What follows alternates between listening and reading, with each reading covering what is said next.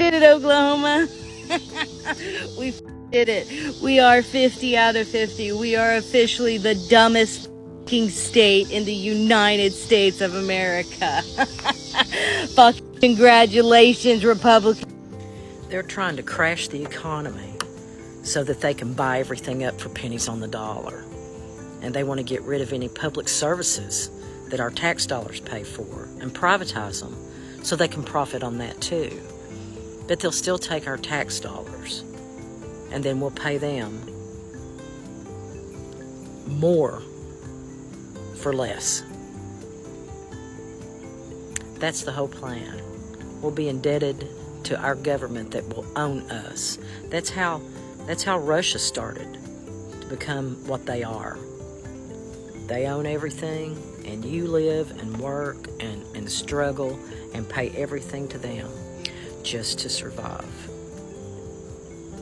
Yeah, doesn't that sound fun? Yeah. Prices keep going up.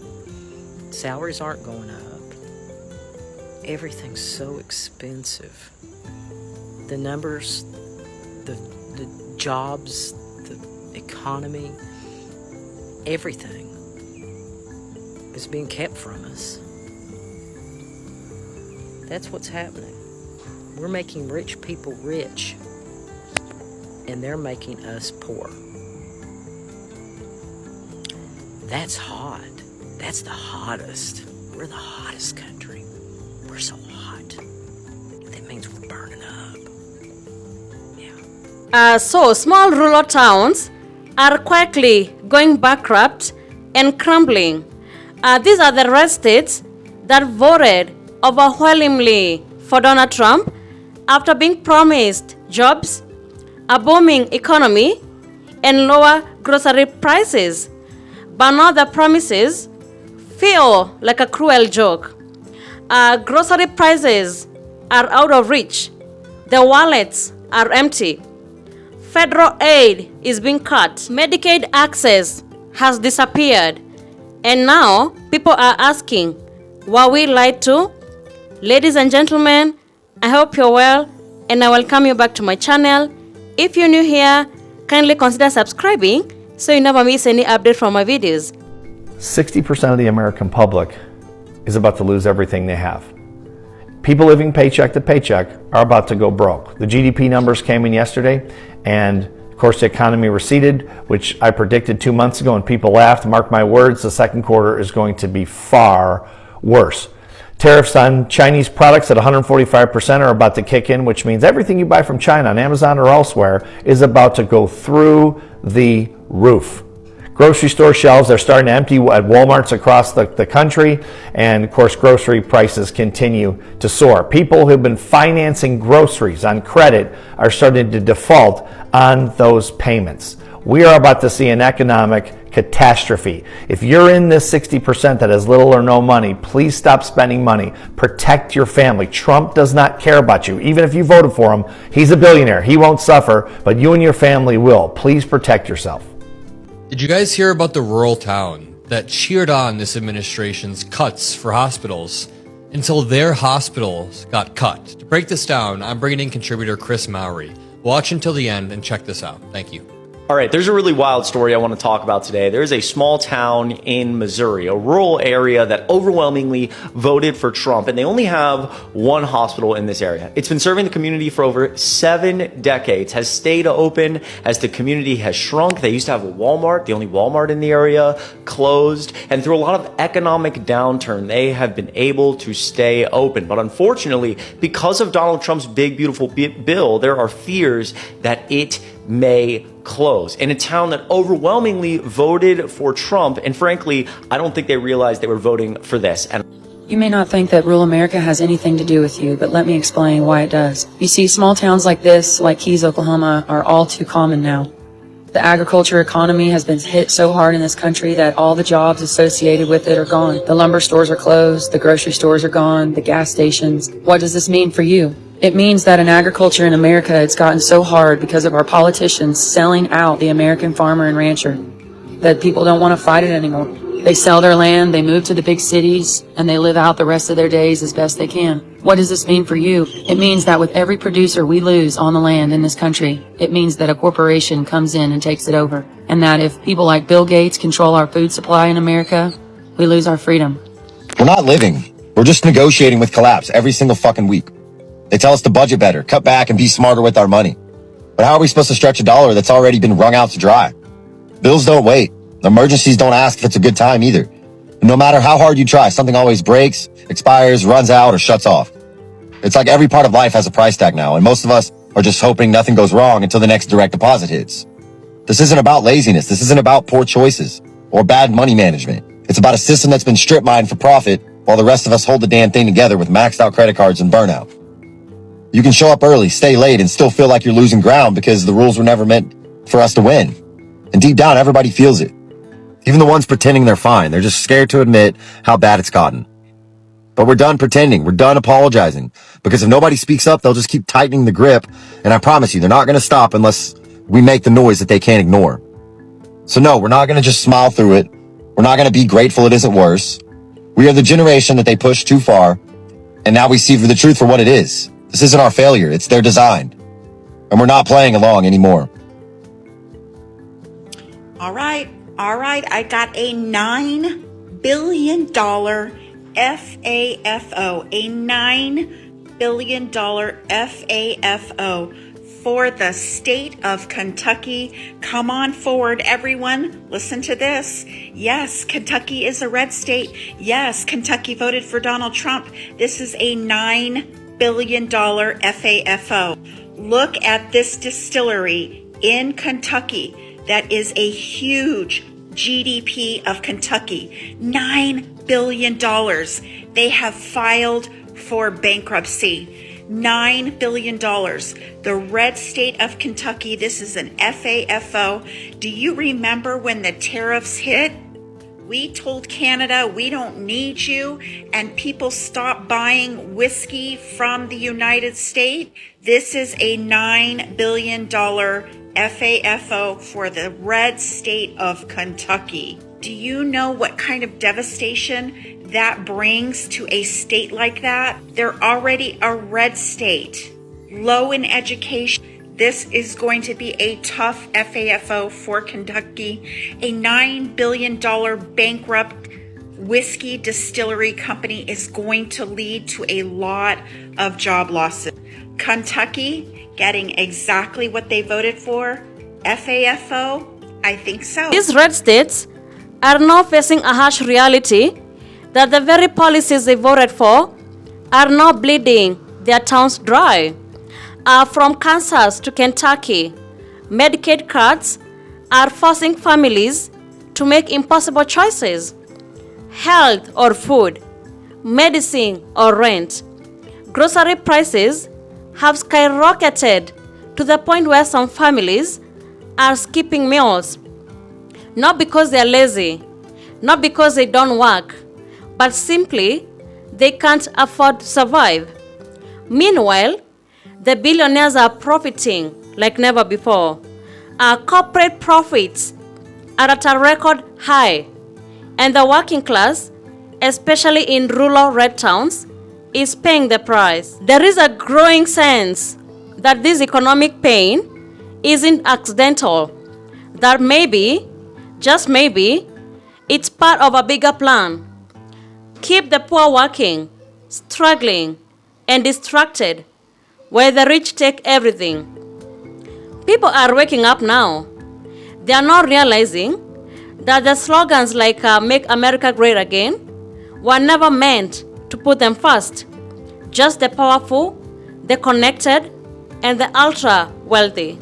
You want to hear about some small town corruption and greed and good old boys in Texas making deals that sell out their very own neighbors and communities? Because that's exactly what's happening right now in rural East Texas, and hardly anyone's talking about it. But I'm not afraid to spill the tea and name names, so let's get into it.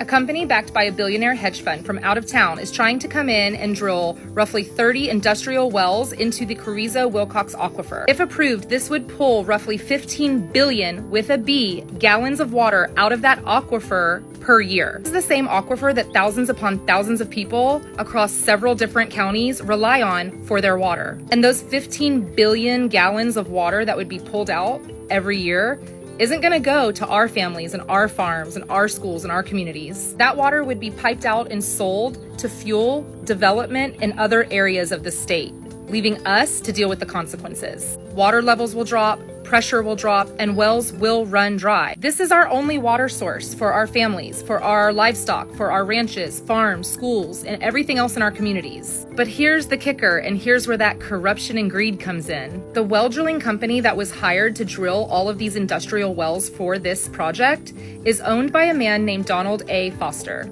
And up until just yesterday, Donald Foster was on the board of the groundwater district that reviews these permits. This is obviously a huge conflict of interest, but it gets worse. Texas law requires that board members with a financial conflict recuse themselves from all discussions and decisions regarding that issue. But I've been digging through public records, including minutes from this board's meetings over the last year and a half, and these public records do not show that Donald Foster recused himself. Public records show that Donald Foster was present during discussions of this project and even participated in closed sessions where this project was discussed. During one meeting, there was even a vote on whether or not to consult with a hydrologist for these permits for these wells, and it does not show that Donald Foster recused himself or abstained from that vote. In fact, it looks like he voted and it passed unanimously. Now, in April 2025, he did abstain from one vote. The board was voting to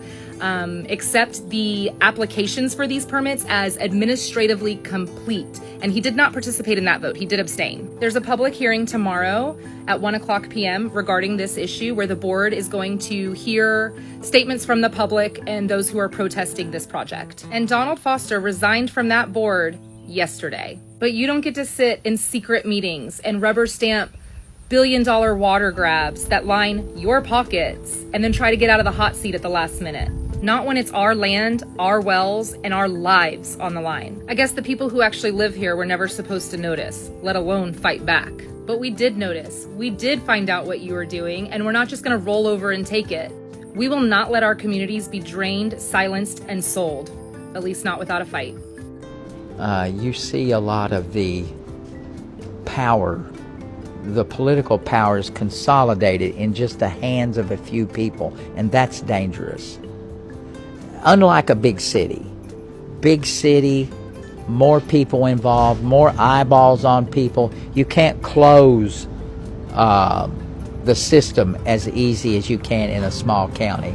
In a lot of small counties, a lot of bad shit happens because it only takes a few people to create mischief and to lock down and not share information. So when you're in these small towns,